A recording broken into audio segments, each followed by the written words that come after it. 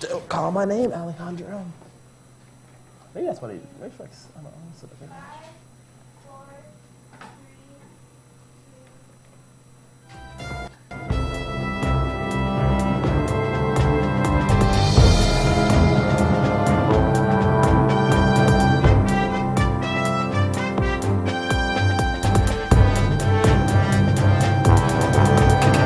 2. All right. Good morning, Vanderbilt.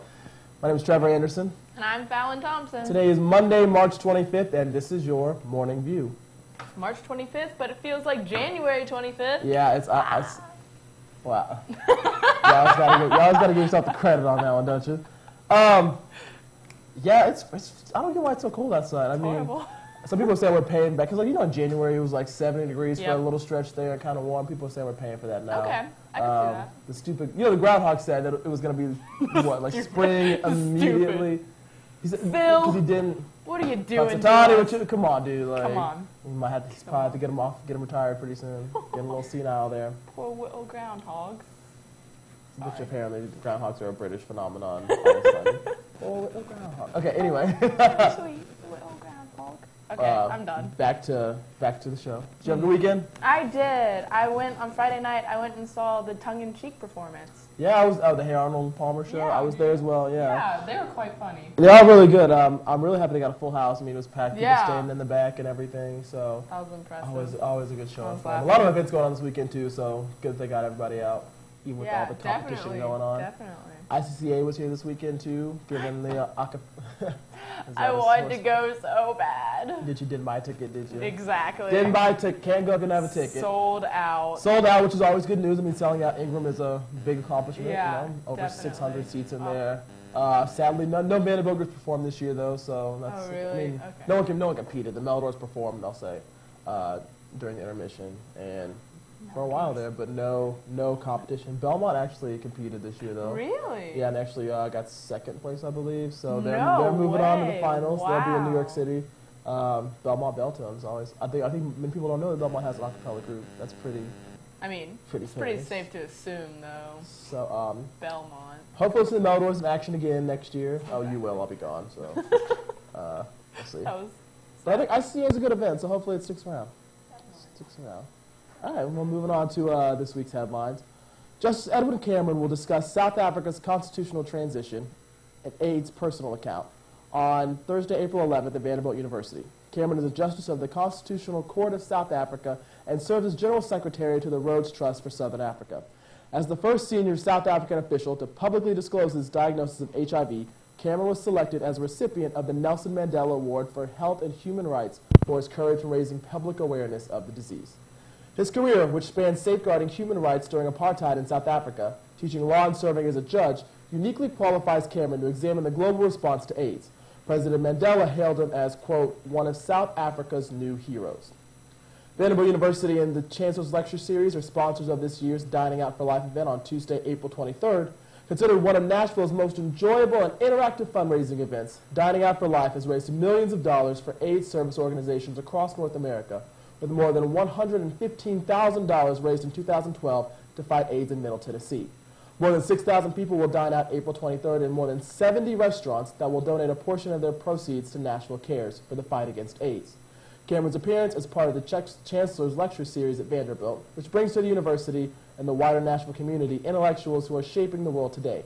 The lecture will run from 5:30 to 6:30 p.m. in Langford Auditorium. A reception will precede the lecture from 4:30 to 5:30 p.m. in the Langford lobby.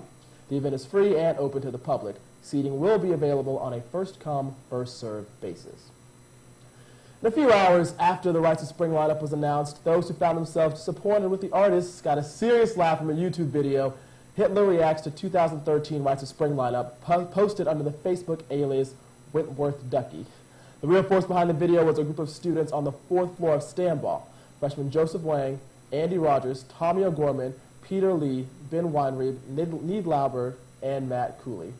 The students were quick to begin brainstorming on how to voice their frustrations over the lineup. Wong, one of the main voices behind the video, thought the Hitler meme would be an amusing way to voice his displeasure with the Rites announcement. He said, quote, I was disappointed with the headliners mostly. I know it's very hard to book big artists, but I wish I had heard of the main acts coming to Rites. The video didn't take long to make, with conflicting reports of under 2 hours to write the script and half an hour to use Windows Movie Maker. 4 hours because we had to include the time to wait for our food at the pub, said Rogers. Ultimately, the video was made in good fun. Wong, quote, didn't think the music group would find the video too funny, but wasn't concerned that they would be in any sort of hot water. Of course, the video's taking off, so you can see it on YouTube still. And for more information on these stories and more, please visit InsideVandy.com or pick up the latest edition of the Vanderbilt Hustler.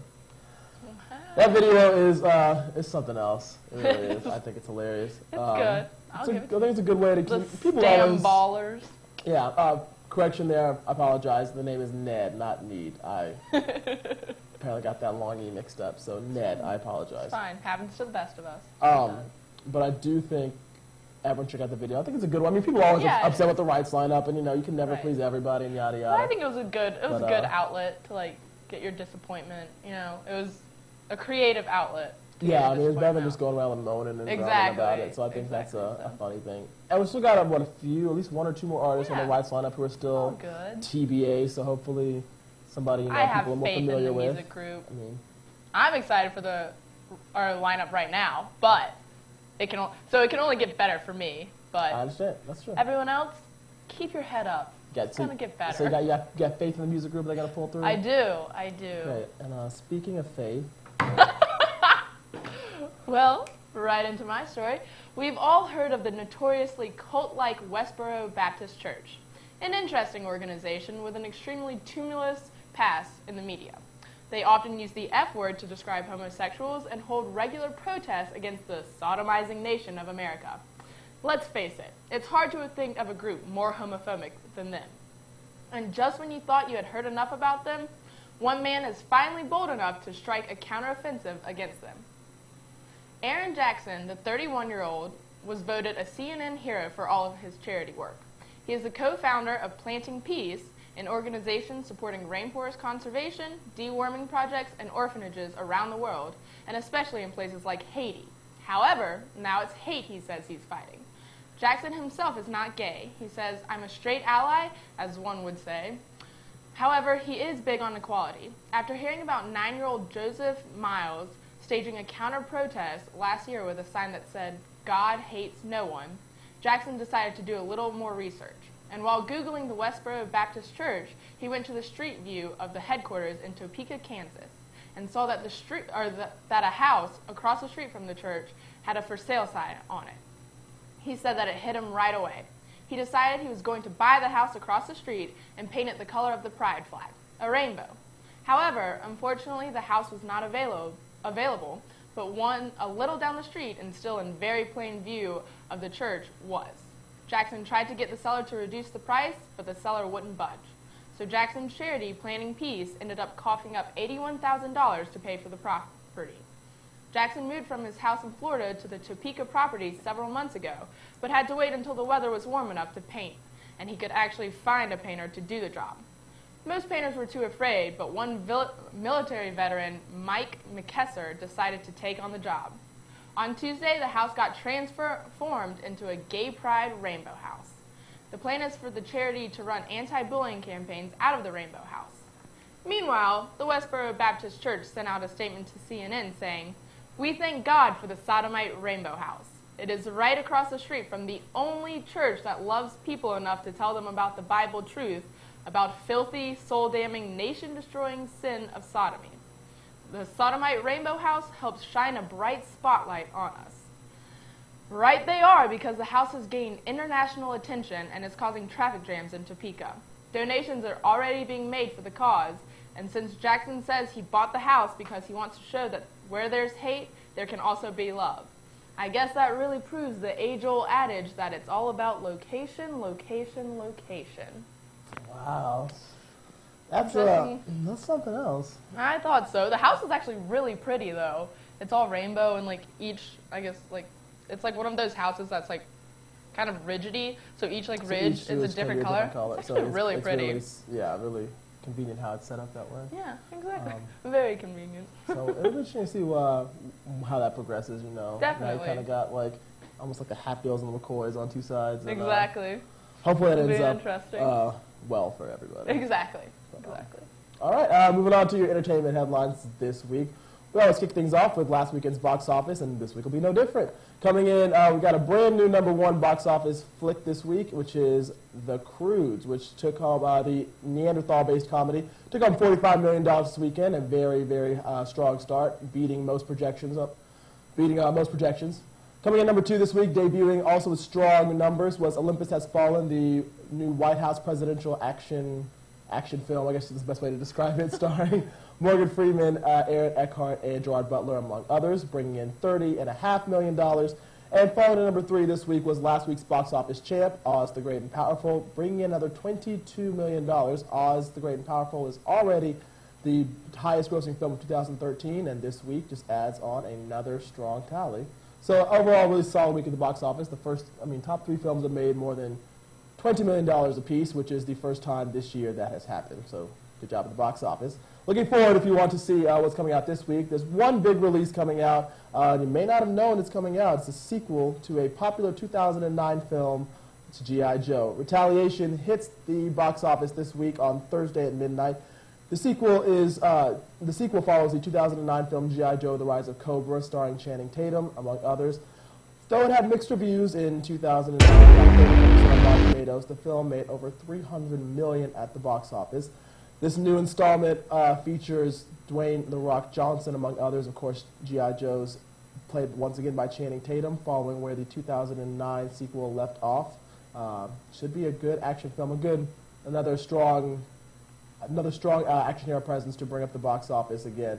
So pretty good returns for it. The only film out this weekend, so it should have no trouble topping the box office next week.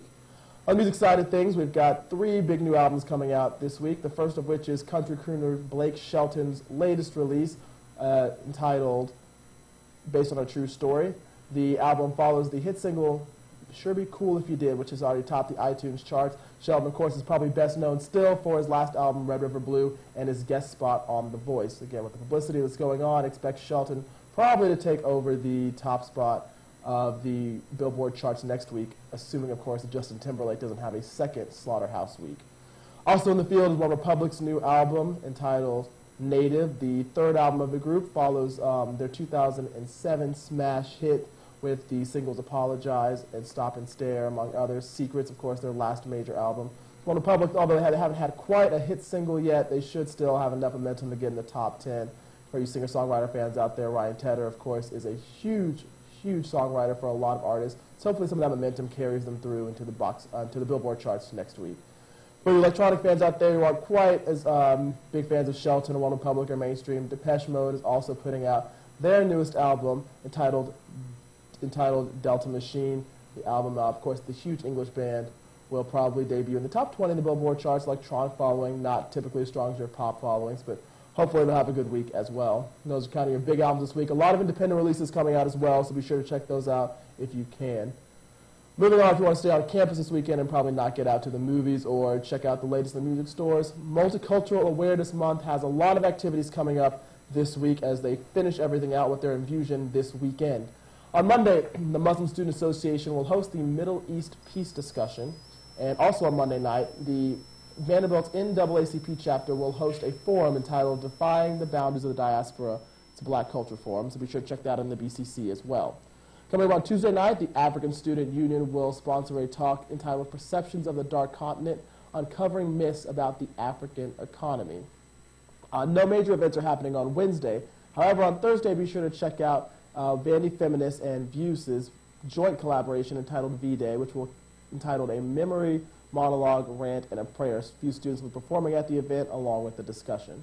Friday night, Ben & Jerry's Dessert and Discussion Night will be held by the Philippine Intercultural Student Organization. And on Saturday, one of Vanderbilt's favorite traditions is happening once again. Masala Sace will host its annual Holy event on Wilson Lawn beginning at 3 o'clock. For these events and others, please check out the Multicultural Leadership Council's Facebook page or their anchor link information for more details.